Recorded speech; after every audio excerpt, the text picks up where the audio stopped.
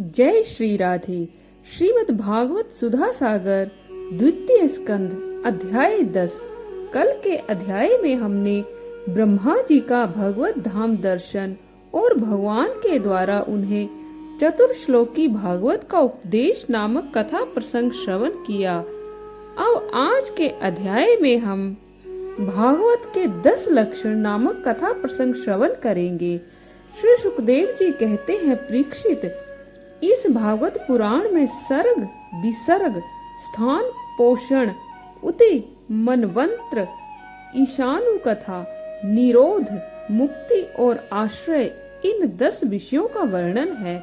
इनमें जो 10वां आश्रय तत्व है उसी का ठीक ठीक निश्चय होने के लिए कहीं श्रुति से, कहीं तात्पर्य से और कहीं दोनों के अनुकूल अनुभव से महात्माओं ने अन्य 9 विषयों का बड़ी सूक्ष्म रीति से वर्णन किया है।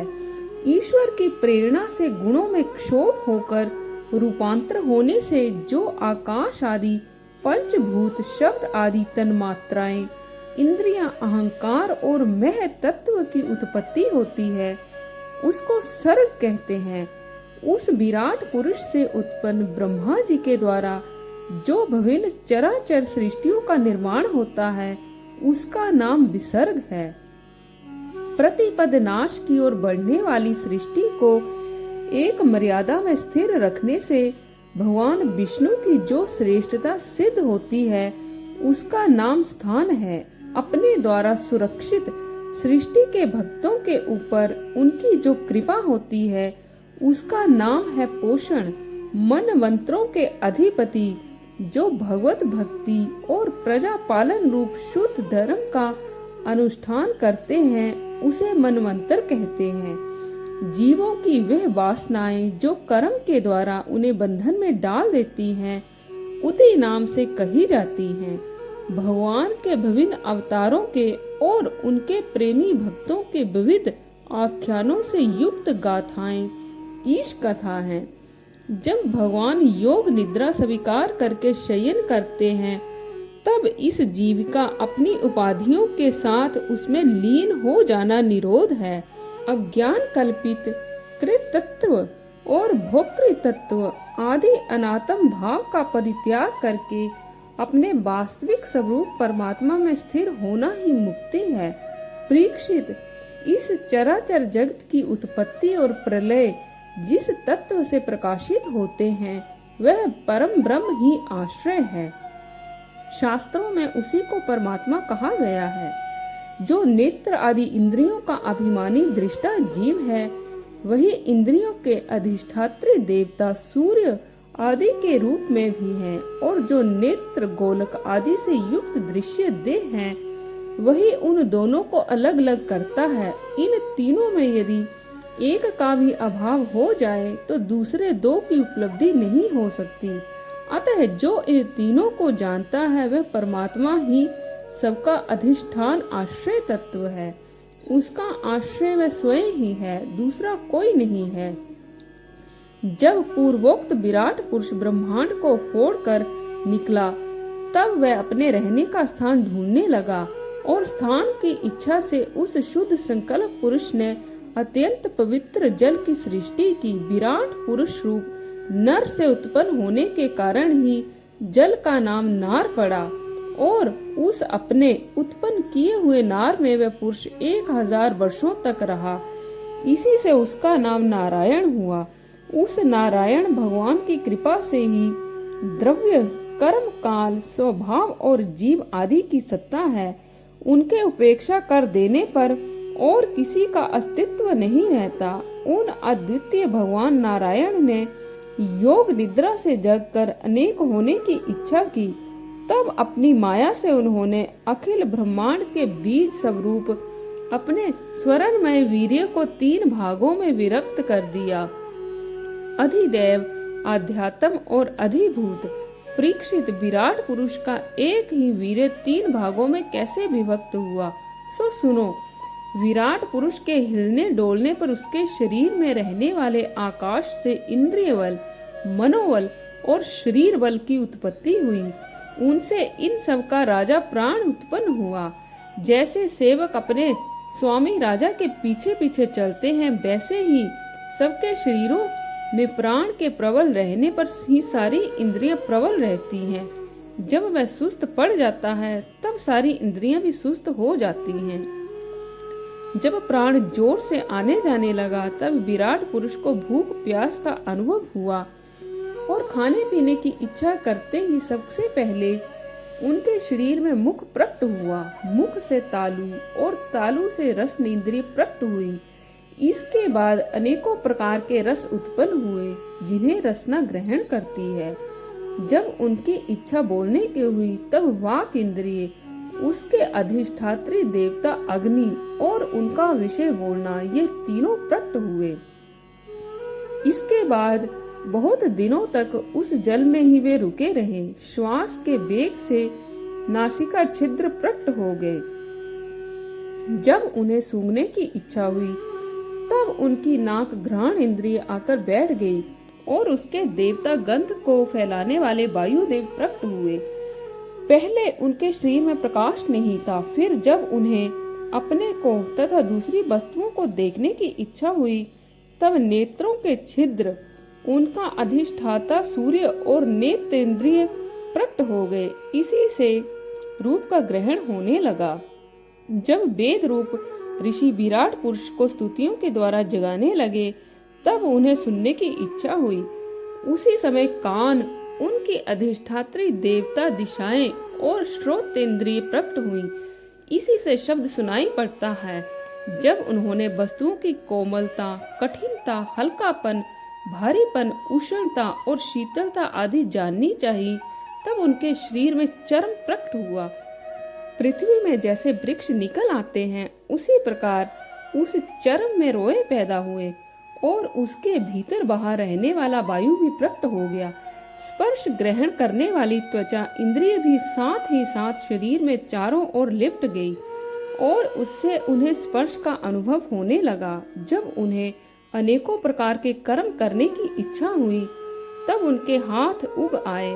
उन हाथों में ग्रहण करने की शक्ति, हस्तेंद्रिय तथा उनके अधिदेवता इंद्र प्रकट हुए और दोनों के आश्रय से होने वाला ग्रहण रूप कर्म भी प्रकट हुआ। जब उन्हें अभीष्ट स्थान पर जाने की इच्छा हुई तब उनके शरीर में पैर उग आए। चरणों के साथ ही चरण इंद्रिय के अधिष्ठाता रूप में वहां स्वयं यज्ञ पुरुष भगवान विष्णु स्थित हो गए और उन्हीं में चलना रूप कर्म प्रकट हुआ। मनुष्य इस चरण इंद्रिय से चलकर यज्ञ सामग्री एकत्रित करते हैं। संतान, रति और स्वर्ग भोग की कामना होने पर विराट पुरुष के शरीर में लिंग की उत्पत्ति हुई। उसमें उपस्थेंद्रिय और प्रजापति देवता तथा इन दोनों के आश्रय रहने वाले काम सुख का आविर्भाव हुआ। जब उन्हें मल त्याग की इच्छा हुई तब गुदा द्वार प्रकट हुआ। तत्पश्चात उसमें पायु इंद्रिय और मित्र देवता उत्पन्न हुए।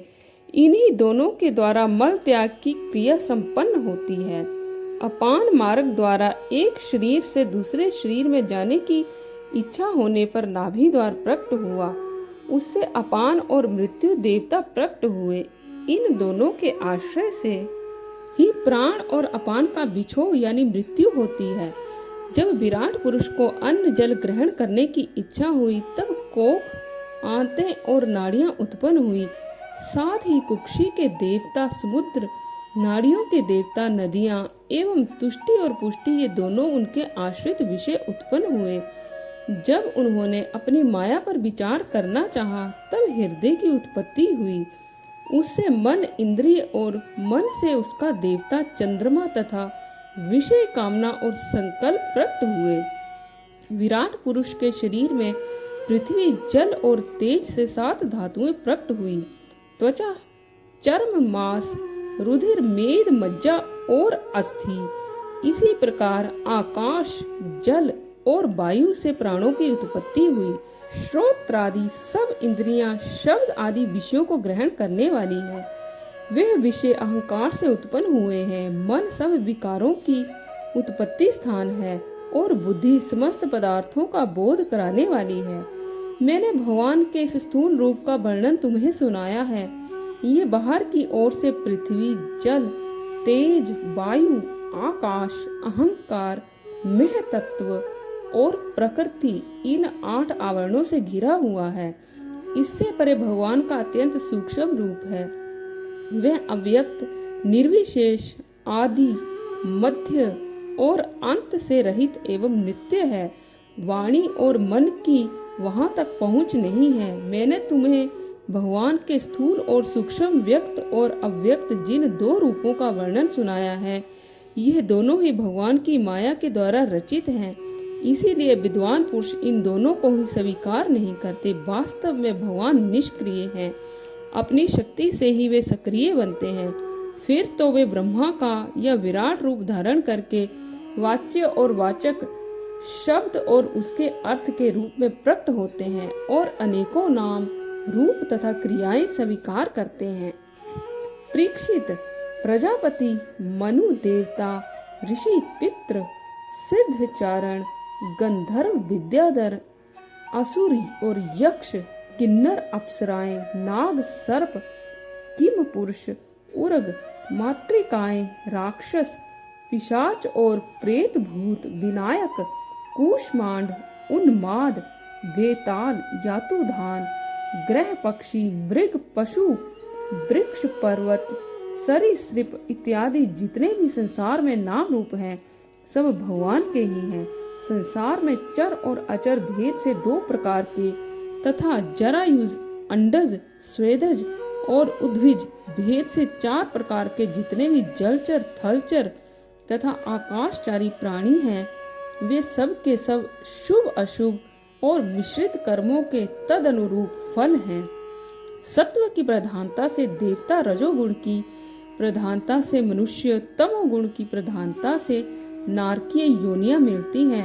इन गुणों में भी जब एक गुण दूसरे 2 गुणों से अभिभूत होता है, तब प्रत्येक गति के 3-3 भेद हो जाते हैं। वे भगवान जगत के धारण पोषण के लिए धर्म में विष्णु रूप स्वीकार करके देवता, मनुष्य और पशु पक्षी आदि रूपों में अवतार लेते हैं तथा विश्व का पालन पोषण करते हैं। प्रलय का समय आने पर वे ही भगवान अपने बनाए हुए इस विश्व को काल, अग्नि स्वरूप रुद्र का रूप ग्रहण करके अपने में वैसे ही लीन कर लेते हैं जैसे वायु मेघमाला को। परीक्षित, महात्माओं ने अचिंत ऐश्वर्य भगवान का इसी प्रकार वर्णन किया है। यह मैंने ब्रह्मा जी के महाकल्प का अवान्तर कल्पों के साथ वर्णन किया है। सब कल्पों में सृष्टि क्रम एक सा ही है। अंतर है तो केवल इतना ही कि महाकल्प के प्रारंभ में प्रकृति से क्रमशः महतत्व आदि की उत्पत्ति होती है और कल्पों के प्रारंभ में प्राकृत सृष्टि तो ज्यों की त्यों ही बनी रहती है। चराचर प्राणियों की वैकृत सृष्टि नवीन से होती है। परीक्षित, काल का परिणाम कल्प और उसके अंतर्गत मनवंतरों का वर्णन आगे चलकर करेंगे।